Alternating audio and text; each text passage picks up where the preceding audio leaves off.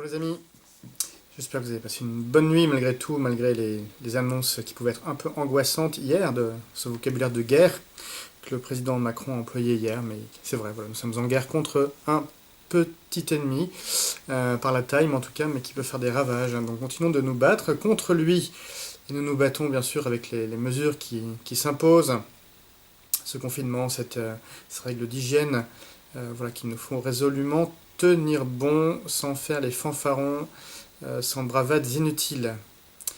Voilà, nous sommes aussi dans ce combat, qui est un combat spirituel. Et hier, je nous invitais à invoquer deux figures de sainteté, Saint Louis de Gonzague et Saint Roch, hein, comme de bons alliés contre l'épidémie. Aujourd'hui, nous sommes invités par notre évêque à rentrer dans la neuvaine de Notre-Dame de Lourdes, la neuvaine de l'Immaculée Conception, en lien avec le sanctuaire Notre-Dame de Lourdes. Le 25 mars, c'est la fête de l'Annonciation, c'est aussi le 16e jour des apparitions de Notre-Dame à Bernadette, et donc nous sommes invités pendant ces 9 jours à nous tenir sous la garde de la Vierge Marie, de nous mettre encore plus à son écoute, pour qu'elle puisse vraiment nous orienter toujours plus vers son Fils et vivre ce temps comme un temps de conversion réelle, un temps de disponibilité de nos cœurs à l'œuvre de Dieu.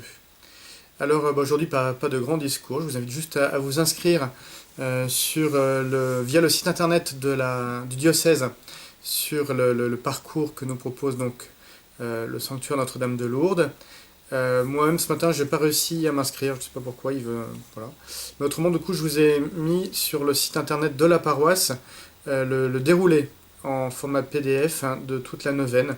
Donc même si vous n'arrivez pas à vous inscrire via le site du diocèse et qui relaye le site de Notre-Dame de Lourdes, eh bien vous avez au moins le support pour vivre cette prière pendant les 9 jours qui suivent. Voilà, donc confions-nous à la Vierge Marie. Et du coup, vous avez remarqué, j'aime bien chanter, même si avec la fièvre, j'ai plus tout à fait beaucoup de voix. Je vais vous apprendre le Subtuum, qui est la plus vieille prière de la Vierge Marie, adressée à la Vierge Marie. Une prière très très ancienne, très très antique. Voilà, donc je vous mets les paroles sur le film. Sous votre garde, nous nous réfugions, Sainte Mère de Dieu. Ne méprisez pas la prière de vos enfants en détresse, mais délivrez-nous de tout danger, ô Notre-Dame, glorieuse et bénie. Je vous propose donc de prier cette prière, le Subtuum, sous votre garde, sous l'abri de votre miséricorde, après notre prière à 20h30, donc c'est la prière à Jésus couronné.